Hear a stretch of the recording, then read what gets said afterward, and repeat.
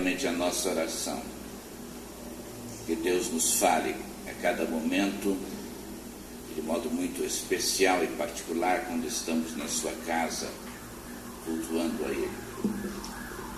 Voltemos-nos mais uma vez para a primeira epístola de Paulo a Timóteo. Estamos caminhando para o fim desta epístola, capítulo 6. Vou começar a leitura na última parte do versículo 5.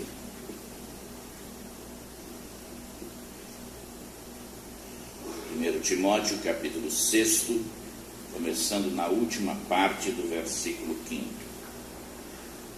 Cuidando que a piedade é fonte de lucro, e de fato é grande fonte de lucro a piedade com o contentamento. Porque nada trouxemos para este mundo e nada podemos daqui levar. E tendo, porém, alimento e vestuário, estaremos com isso contentes.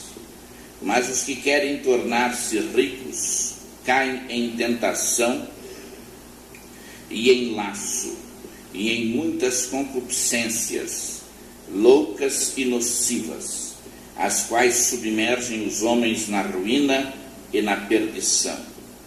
Porque o amor do dinheiro é raiz de todos os males, e nessa cobiça alguns se desviaram da fé e se traspassaram a si mesmos com muitas dores.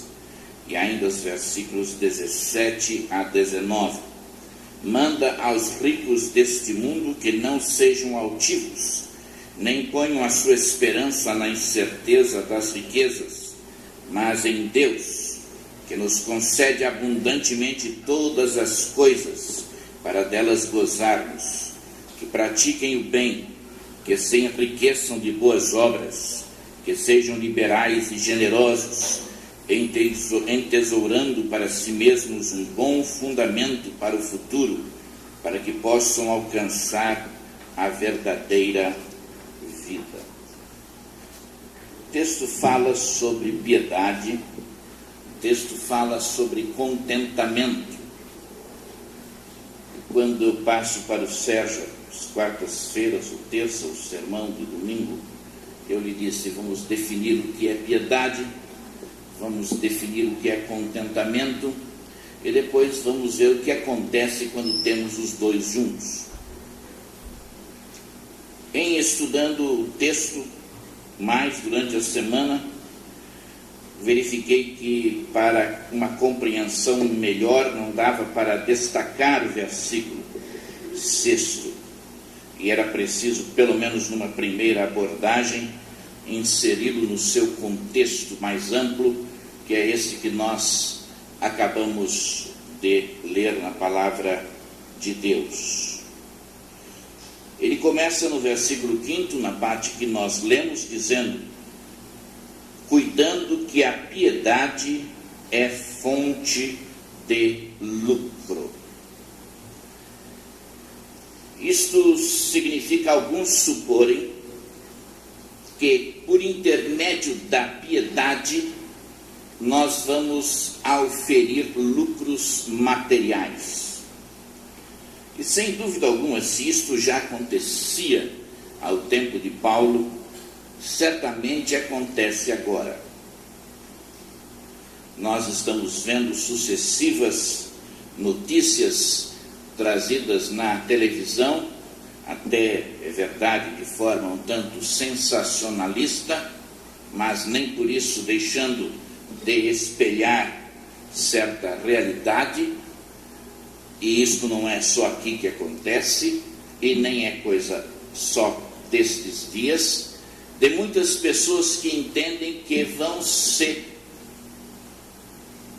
valer da religião e da religiosidade do povo para, por intermédio disto, auferir lucros financeiros. E Paulo começa por aqui, porque já havia estes naquele tempo. Eles entendiam que a piedade, ou que a religião, é fonte de lucro em termos de dinheiro. E nós estamos cercados por isso que tecnicamente tem sido chamado de teologia ou evangelho da prosperidade, em que se diz que se eu for fiel a Deus, por exemplo, na minha fé e na minha contribuição, eu vou prosperar muito em termos de bens materiais, de tal maneira que a gente possa chegar a avaliar até mesmo a vida espiritual de alguém pelo tipo de carro que esta pessoa esteja dirigindo.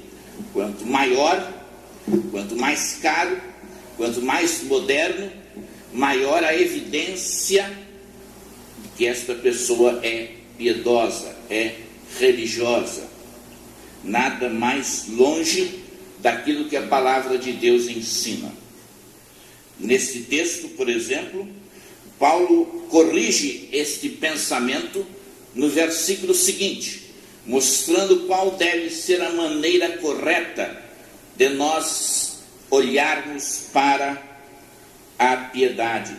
Ele diz, de fato, a piedade é grande fonte de lucro com o contentamento. Shakespeare, numa de suas peças, Henrique VI, conta a história de um rei que se disfarçou de uma pessoa comum do reino e saiu a conhecer os seus súditos, que ele só conhecia como rei lá no trono, de longe, e se misturar com o povo. Mas em determinado momento, conversando com um dos seus súditos, ele disse, você sabe quem eu sou? E o outro disse, sim, você é um de nós. Ele disse, não, eu sou o seu rei. E aquele súdito espantado volta-se para ele e diz, mas então, onde está a sua coroa? E Shakespeare coloca na boca daquele rei as seguintes palavras, a minha coroa está no meu coração e não na minha cabeça. E a minha coroa não está adornada de diamantes e pedras preciosas, mas está adornada com o contentamento, o que raras vezes um rei é capaz de ter. Contentamento. Paulo diz que o lucro da piedade é a própria piedade, na medida em que a nossa piedade nos baste, em que a nossa piedade, ela mesma, nos satisfaça, em que a piedade não seja um meio para um outro fim, mas em que ela seja ela mesma aquilo que traz contentamento ao nosso coração.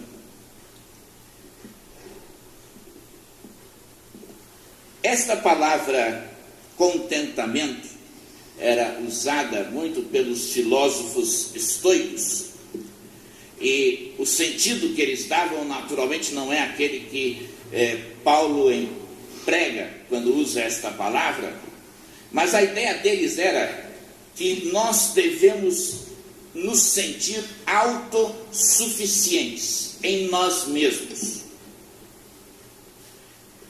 Eu sentir que o que eu sou, o que eu tenho, me basta. E isso seria traduzido por eles mesmos numa seguinte frase: ter tudo o que eu quero, na hora em que eu quero, instantaneamente, como café instantâneo e assim por diante, de tal maneira que eu me baste a mim mesmo. E eles têm várias frases interessantes sobre este assunto. Eles diziam, por exemplo, aquele para quem o pouco não é suficiente, nada é suficiente. Aquele para quem o pouco não é suficiente, nada é suficiente. E eles diziam ainda, esses filósofos gregos, não acrescente bens aos homens, mas retire os seus desejos. Não acrescente bens aos homens, mas retire dos seus desejos. E diziam eles que a definição desta autossatisfação seria também a pessoa não ter tudo o que ela quer, mas só querer o que ela tem. Seria, repetindo, não a pessoa ter tudo o que ela quer, mas ela só querer aquilo que ela tem. Mas na palavra de Deus, esta palavra é revestida de um outro significado. Não é eu me autossatisfazer, não é eu me satisfazer em mim mesmo. O contentamento aqui é a piedade. É a piedade que se transforma em contentamento na minha vida. É um plano superior. Os filósofos gregos só podiam pensar no plano natural. E as suas definições são neste plano do humano. Os horizontes eram pequenos, chegavam até onde apenas a visão humana alcança.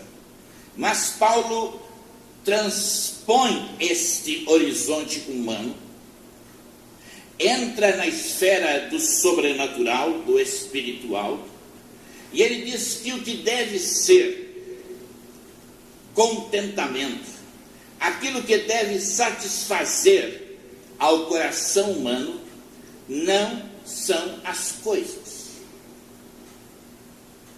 mas é Deus. A piedade é este nosso relacionamento com Deus. E disse certo pensador, não sei se foi Agostinho ou não, que Deus fez o coração humano um pouco maior do que o mundo, de tal maneira que, ainda que coloquemos todo o mundo material dentro do coração do homem, isso não vai satisfazê-lo, porque o coração é maior do que todo mundo. Há um vazio no coração humano, um sentimento de não estar completo, um sentimento de estar necessitando algo mais, que só pode ser preenchido por Deus. Não são as coisas materiais, não é o que eu tenho ou deixo de ter que vai me satisfazer, mas o que vai me satisfazer é a minha vida de comunhão com Deus.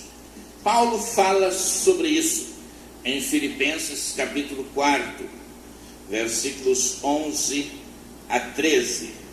E ele nos diz, Filipenses 4, 11 a 13. Não digo isto por causa da necessidade, porque já aprendi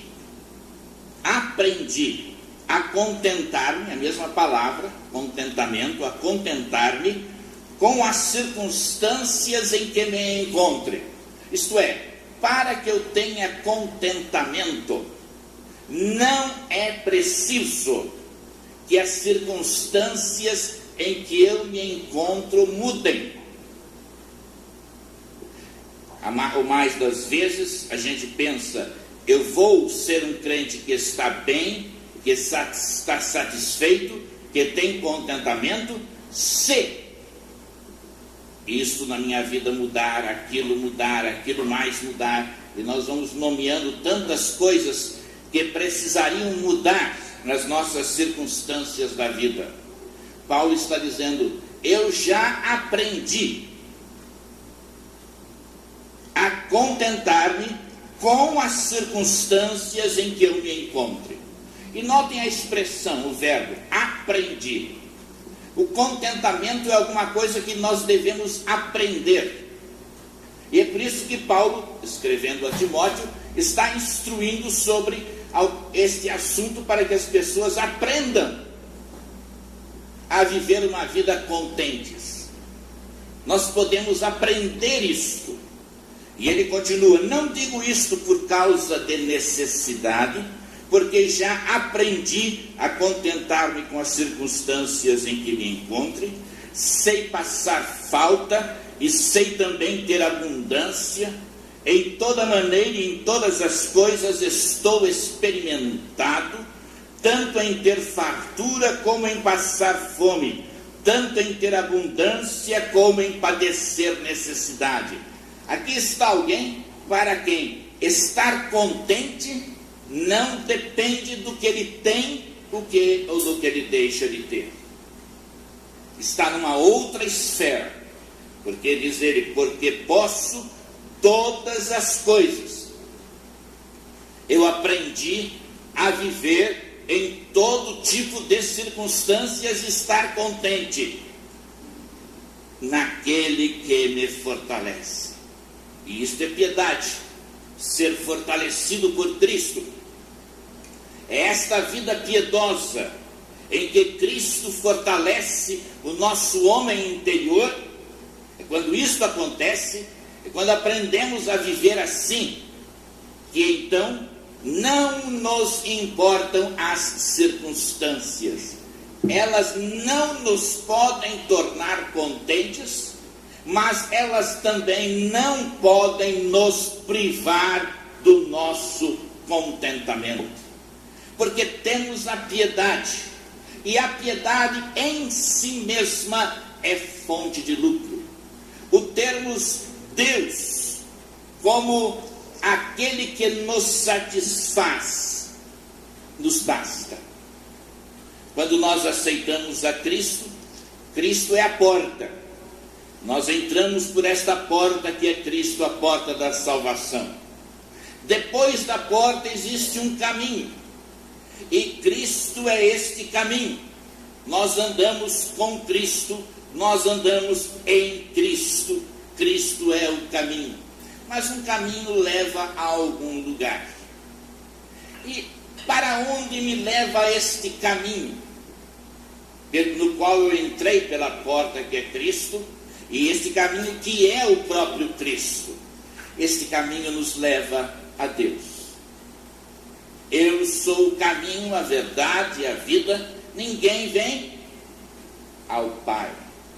Este caminho da vida cristã nos leva àquele fim que é necessário e suficiente, que é Deus. Eu necessito ter esta comunhão com Deus, mas esta comunhão com Deus é suficiente.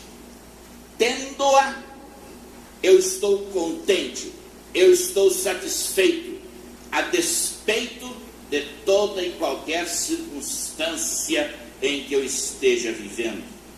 E então, voltando a Timóteo, Paulo, para como que argumentar, para provar que isto é assim mesmo, nos traz vários pensamentos.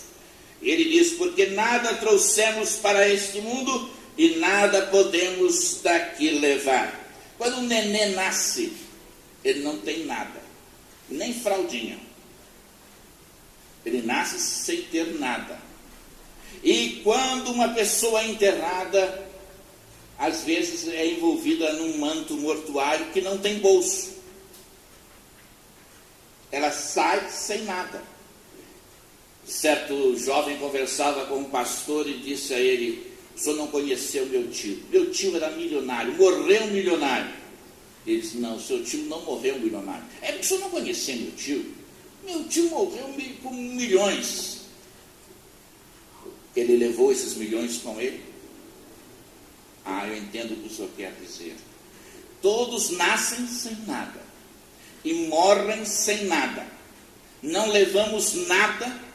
É como as pessoas que estão enterrando cadáveres no cemitério costumam dizer que ali todos são iguais. Seja o imperador, seja o mais humilde súdito, naquela hora de enterrar, é um cadáver que é colocado debaixo da terra. Então Paulo diz: nada trouxemos para este mundo, e nada podemos daqui levar. E ele aduz ainda mais um argumento: tendo, porém, alimento e vestuário, estaremos com isso contentes.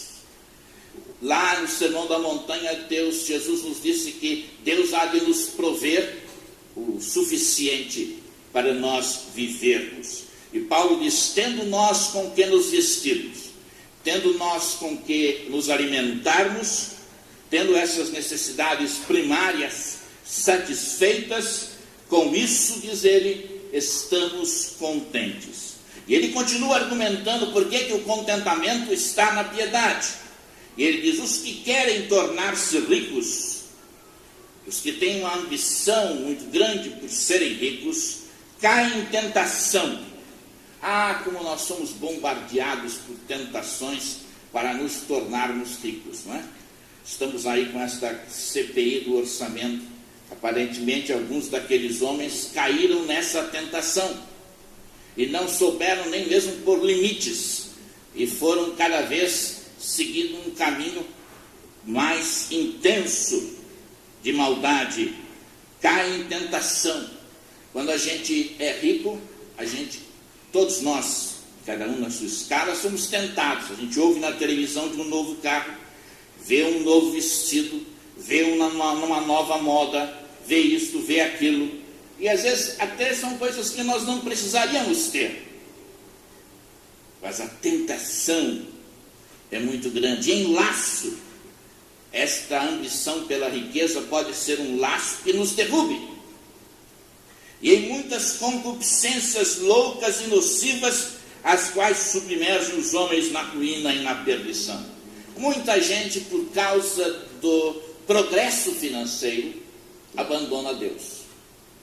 Certa pessoa disse: eu não posso dar o dízimo, porque eu ganho tanto, que o meu dízimo é uma quantia muito grande, eu não posso dar.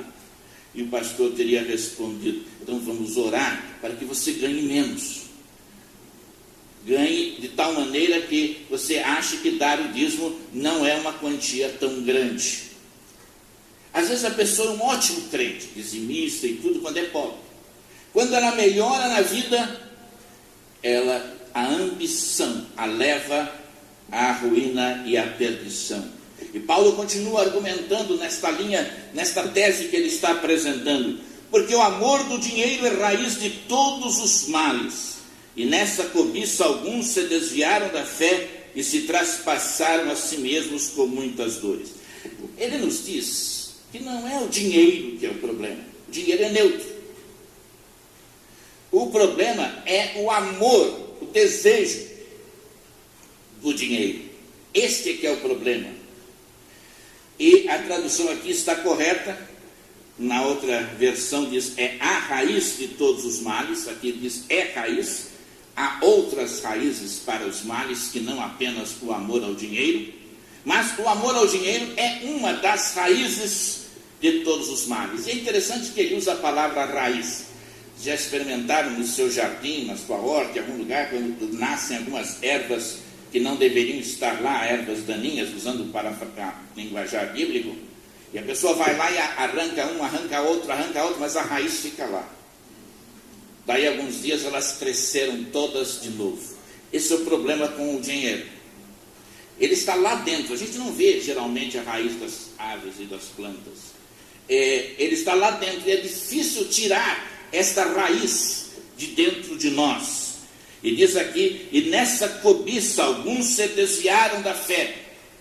Alguns são muito bons crentes enquanto não progridem na vida. Depois não tem mais tempo nem desejo de servir a Deus. E se traspassaram a si mesmos com muitas dores. E o fim disto é uma vida de muitas dores, de muitos sofrimentos. Se olharmos para o mundo secular, a gente verá que muitas destas grandes estrelas terminam de maneira trágica. Muitas delas com uma overdose de drogas de aditivo, e morrem com grandes dores e sofrimentos. Mas é importante que leiamos ainda ainda que depressa, os versículos 17 a 19, porque Deus não está dizendo aqui que ser rico seja em si mesmo um mal ou um pecado. Versículo 17, manda aos ricos deste mundo que deixem de ser ricos. Não, ele não fala isso. O dinheiro é neutro. Depende da maneira como eu lido com o dinheiro. Manda aos ricos deste mundo que não sejam altivos. Uma coisa que acontece muitas vezes quando alguém começa a ganhar dinheiro é pensar que ela está ganhando dinheiro pela sua própria capacidade.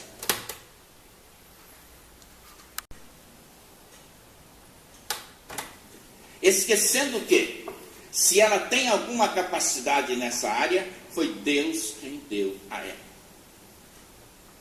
E ela deve reconhecer humildemente que esta capacidade foi dada por Deus a ela e ela deve devolver a Deus. Nem ponham a sua esperança. O problema do dinheiro é quando nós colocamos a nossa confiança no dinheiro. E ele não merece esta confiança, diz aqui, na incerteza das riquezas. Os valores materiais são muito incertos. Hoje a gente não tem, amanhã tem, hoje tem, amanhã não tem. Não podemos colocar a nossa esperança, a nossa confiança no dinheiro. Mas, diz Paulo, mas em Deus. O problema é quem está no centro da nossa vida, que nos concede abundantemente todas as coisas para delas gozarmos. Se Deus lhe tem dado a abastança, goze esta abastança. Deus deu a você para você dela gozar. Mas reconheça que foi Deus. Não ponha a sua esperança ou a sua confiança nela. Mas ele continua e diz, que pratiquem o bem. Se você tem recursos, use esses recursos para o outro. Um dos problemas do dinheiro é que a pessoa se torna egoísta, altiva, e quer usar tudo para ela mesma. E Paulo quer quebrar isso. E então ele diz que pratiquem o bem, que se enriqueçam de boas obras para os outros, que sejam liberais e generosos, porque fazendo assim, a pessoa estará entesourando para si mesmo um bom fundamento para o futuro. Ela estará, ao auxiliar os outros, a ser generosa com os outros, a ser liberal com os outros, estará juntando dinheiro, tesouros lá no céu, que ela vai gozar quando chegar lá. Mas se eu usar só para mim, eles só terão algum benefício para mim, ou talvez até muitos malefícios, nesta vida. Mas o que eu investir no reino, na causa de Deus, nas outras pessoas, me permitirá estar tendo um bom fundamento para o futuro, para que possam alcançar a verdadeira vida, a vida abundante. É quando nós sabemos viver com Deus no centro, sendo generosos, liberais, ajudando os outros, empenhando-nos na obra de Deus e na sua causa, que a nossa vida é aquilo que pode ser chamado de verdadeira vida. Vida gostosa realmente em Deus, em Cristo. E de fato, é grande fonte de lucro a piedade com o contentamento. Quando a minha piedade, minha comunhão com Deus me satisfaz, isto é o maior bem, isto é o maior lucro que eu posso ter nesta vida. Oremos.